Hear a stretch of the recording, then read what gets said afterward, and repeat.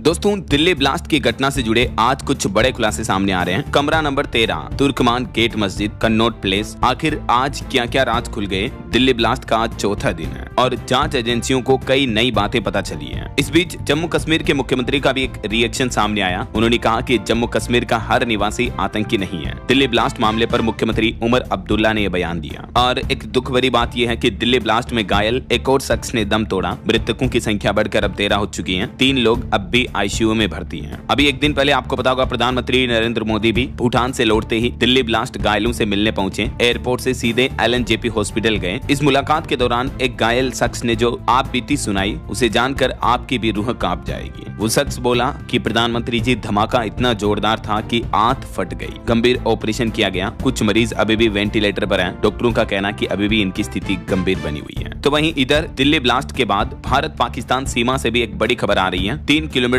तक आवाजाही पर बैन लगा दिया। राजस्थान में भी दिल्ली ब्लास्ट के बाद सुरक्षाएं सख्त की गई। भारत पाकिस्तान सीमा से 3 किलोमीटर तक के दायरे में लोगों की आवाजाही पर अगले 2 महीने तक प्रतिबंध लगाने का आदेश जारी किया है। इस घटना के बाद केंद्र से लेकर राज्यों तक सुरक्षा व्यवस्थाएं कड़ी कर दी गई है। और आखिरकार ये तो फाइनल हो चुका दोस्तों कि दिल्ली ब्लास्ट एक आतंकी घटना ही है। सरकार ने भी खुद ये मान लिया। आतंकी कनेक्शन में संदिग्ध दूसरी कार भी फरीदाबाद के पास खड़ी मिली, लाल रंग की कार। इससे संबंधित एक व्यक्ति को भी हिरासत में लिया गया। पहले ये असमंजस था कि आखिर ये घटना क्यों हुई। कहीं किसी कार वगैरह में CNG LPG का गैस सिलेंडर वगैरह तो नहीं फट गया। मतलब एग्जैक्ट कारणों का पता नहीं था। लेकिन अब आखिरकार खुद केंद्र सरकार ने ये बात की पुष्टि कर दी है कि दिल्ली धमाका एक आतंकी घटना है और कैबिनेट ने इसको लेकर एक प्रस्ताव भी पास कर दिया। तो जैसे ही ये प्रस्ताव पास हुआ, PM नरेंद्र मोदी ने देश के सुरक्षा मामलों की कैबिनेट कमेटी की हाई लेवल बैठक की। इस बैठक में गृह मंत्री अमित शाह, NSA अजीत डोभाल और रक्षा मंत्री राजनाथ सिंह भी मौजूद रहे। इससे पहले जो जम्मू में पहलगाम हमला हुआ था, तब भी ऑपरेशन सिंदूर के दौरान ठीक इसी तरह की बैठक की थी PM मोदी ने। और यही वजह है कि अभी पाकिस्तान में डर का माहौल है। पाकिस्तान सरकार भी भयभीत है कि कहीं इस बैठक के बाद फिर से पाकिस्तान पर हमला ना कर दे भारत। क्योंकि दिल्ली ब्लास्ट की घटना के बाद PM मोदी ने, आपको पता होगा, भूटान से भी ऐलान किया था कि इस आतंकी हमले से जुड़े दोषियों को बख्शा नहीं जाएगा। तो PM मोदी के कई ऐलान से पाकिस्तान अभी घबराया हुआ है। उधर पाकिस्तान के प्रधानमंत्री शहबाज ने भी हाई लेवल मीटिंग करना शुरू कर दिया है। फिलहाल अभी तक दिल्ली विस्फोट मामले में 15 से ज्यादा लोग गिरफ्तार हो चुके हैं। अब तक 56 डॉक्टरों से भी पूछताछ की गई। विश्वविद्यालय से राइफलें, पिस्तौल और गोला बारूद भी बरामद हुए हैं। इधर केंद्रीय राज्य मंत्री बिट्टू का तो ये कहना कि दिल्ली ब्लास्ट के पीछे पाकिस्तान है। उन्होंने सीधा सीधा यह बयान दिया और ये भी कहा कि पंजाब में अकाली दल के साथ गठबंधन नहीं होगा। 2027 में वो अकेले लड़ेंगे चुनाव। और आज एक और सच सामने आ चुका जांच में कि दिल्ली ब्लास्ट में कार में जो शख्स मौजूद था वो डॉक्टर उमर ही था। उसका DNA मैच हो चुका है। कार के स्टीयरिंग व्हील और एक्सीलेटर के बीच उसका पैर भी फंसा था। और धमाके का आज एक नया सबसे क्लोज CCTV वीडियो भी सामने आ रहा। ये देख सकते हैं आप वीडियो भी, जिसमें इतने ट्रैफिक के बीच कार में धमाका होता है। यही वजह है कि कई लोगों को नुकसान पहुंचता है, कई गाड़ियां गंभीर रूप से क्रैश हो जाती हैं। तो ये तो फाइनल डिसाइड हो चुका है कि आतंकी उमर धमाके वाली ही कार में था। DNA टेस्ट से ये कंफर्म हो गया। लेकिन अब सबसे बड़ा सवाल है कि आखिर उस डॉक्टर ने खुद को क्यों उड़ाया। आखिर क्यों और किस बात से खौफ ज्यादा था आतंकी उमर। तो इसमें अभी तक सूत्रों की माने तो आतंकी उमर को पुलिस से पकड़े जाने का डर सता रहा था। क्योंकि फरीदाबाद में विस्फोटक मिलने और उसके साथियों की गिरफ्तारी सोमवार की सुबह से ही शुरू हो गई थी।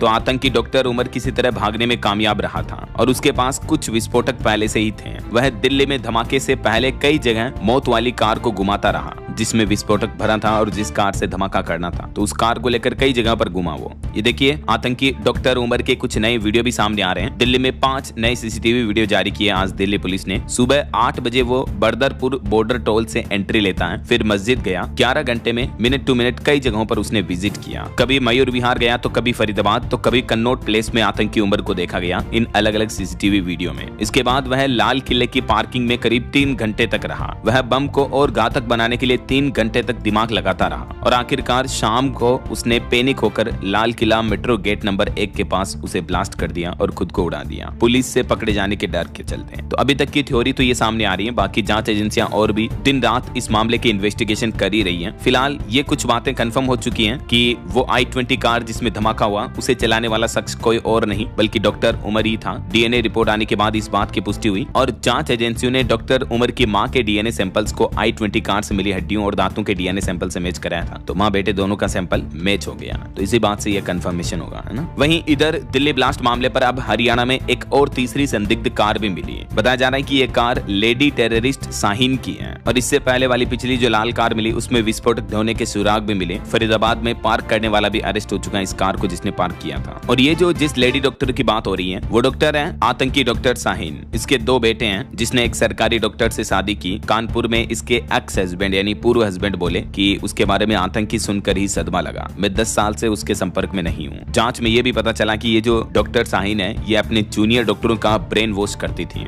और एक 9 साल छोटे डॉक्टर मुजम्मिल की गर्लफ्रेंड भी थी। फिलहाल अल फलाह यूनिवर्सिटी ने गिरफ्तार डॉक्टरों से किनारा भी कर लिया है, लेकिन इस यूनिवर्सिटी के भी कुछ काले राज सामने आ रहे हैं। देखिए, आतंकी मॉड्यूल से जुड़े अल फलाह यूनिवर्सिटी के तार मिले, अरब देशों से इसको फंडिंग होती थी, इसके कई सारे रिकॉर्ड भी सार्वजनिक नहीं है और वेरिफिकेशन के बगैर ही इसमें फैकल्टी रखी गई थी, यानी जो डॉक्टरों का स्टाफ था उनका कोई किसी तरह का वेरिफिकेशन नहीं किया जाता था। इस मामले से जुड़े भी 2 डॉक्टर और गिरफ्तार हुए हैं और ये भी पता चला है कि अल फलाह यूनिवर्सिटी का चेयरमैन 11वीं तक तो महू में पढ़ा था, फिर इंदौर से बीटेक किया था। अल फलाह यूनिवर्सिटी का संस्थापक चेयरमैन जवाद अहमद सिद्दीकी महू का रहने वाला है। ये मध्य प्रदेश में आता महू, तो अभी फिलहाल इसके चेयरमैन को भी पुलिस तलाश रही है। ये फरीदाबाद की वही यूनिवर्सिटी है दोस्तों जिसमें धमाके का मुख्य आरोपी डॉक्टर उमर नबी पढ़ाता था। वह अल फलाह चैरिटेबल ट्रस्ट का भी संचालक है, यानी यूनिवर्सिटी के अंदर ट्रस्ट का भी वो संचालक। जरा सोचिए आप, पूरी की पूरी यूनिवर्सिटी कहीं न कहीं इस घिनौने काम में संलिग्न दिख रही है अभी तक के सूत्रों के मुताबिक। दिल्ली कार ब्लास्ट मामले में मध्य प्रदेश महू से ये कनेक्शन सामने आया। आरोपी उमर फरीदाबाद की अल फलाह यूनिवर्सिटी में पढ़ाते थे और चेयरमैन यहाँ के निवासी थे, मतलब दोनों कहीं न कहीं एक दूसरे को अच्छी तरह से जानते होंगे। और I-20 सफेद कार के बाद दिल्ली ब्लास्ट में आतंकियों की लाल कार भी हरियाणा में मिल चुकी है। ये कल शाम से फरीदाबाद में लावारिस खड़ी थी। ये मिलने के बाद इसके आसपास के कई घर खाली कराए गए, एक व्यक्ति को भी हिरासत में लिया गया। NIA और NSG के कमांडो मौके पर पहुंचे और इससे पहले वाली जो I-20 कार थी वो आतंकियों ने फरीदाबाद से खरीदी थी। OLX के जरिए डील हुई थी और इसका खरीदार जम्मू के पुलवामा का था। इसके मालिक सलमान का कहना कि मैंने तो स्पिनी को बेची थी ये कार। और दिल्ली ब्लास्ट केस में एक नया मोड़ ये आ रहा कि एक डॉक्टर अभी भी लापता है जो पहले भी राष्ट्र विरोधी गतिविधियों के कारण बर्खास्त रह चुका है। जम्मू श्रीनगर के SMHS अस्पताल के पूर्व सहायक प्रोफेसर डॉक्टर निसार अल हसन के लापता होने की खबर से भी सनसनी फैल गई है। बताया जा रहा है कि ब्लास्ट के बाद से वो गायब है, तो पुलिस इस मामले की भी गंभीरता से जांच कर रही है। और दोस्तों, इस बीच आज एक नया खुलासा ये सामने देखने को मिला कि डॉक्टरों ने खाद बताकर विस्फोटक जमा किया था। 23 लाख रुपए जुटाए थे। अब ईडी टेरर फंडिंग और अल फलाह यूनिवर्सिटी की भी जांच करेगी। जी हाँ, दिल्ली लाल किला ब्लास्ट मामले में अब 5वीं जांच एजेंसी ईडी की भी एंट्री हो गई है। इससे पहले NIA, NSG, IB और दिल्ली पुलिस ऑलरेडी इस जांच में शामिल है और अब 5वीं जांच एजेंसी ईडी भी इस मामले की जांच करेगी। ईडी यानी प्रवर्तन निदेशालय इस बात का पता लगाएगा कि डॉक्टरों ने विस्फोटक खरीदने के लिए 23 लाख रुपए कहां से जुटाए थे और ईडी अल फलाह यूनिवर्सिटी के लेन देन की भी जांच करेगी। जांच एजेंसी से जुड़े सूत्रों का यह दावा है कि आरोपी डॉक्टर मुजम्मिल, डॉक्टर आदिल, उमर और शाहीन ने मिलकर ये लगभग 20 लाख रुपए जुटाए थे जो उमर को दिए थे। फिर इन लोगों ने गुरुग्राम, नूह, हरियाणा के इन जिलों के आसपास के इलाकों से IED तैयार करने के लिए 3 लाख रुपए का 20 क्विंटल से भी ज्यादा NPK फर्टिलाइजर खरीदा था। तो दोस्तों, अभी तक दिल्ली ब्लास्ट में 3 सबसे इंपोर्टेंट खुलासे जो सामने आ रहे हैं वो ये कि एक तो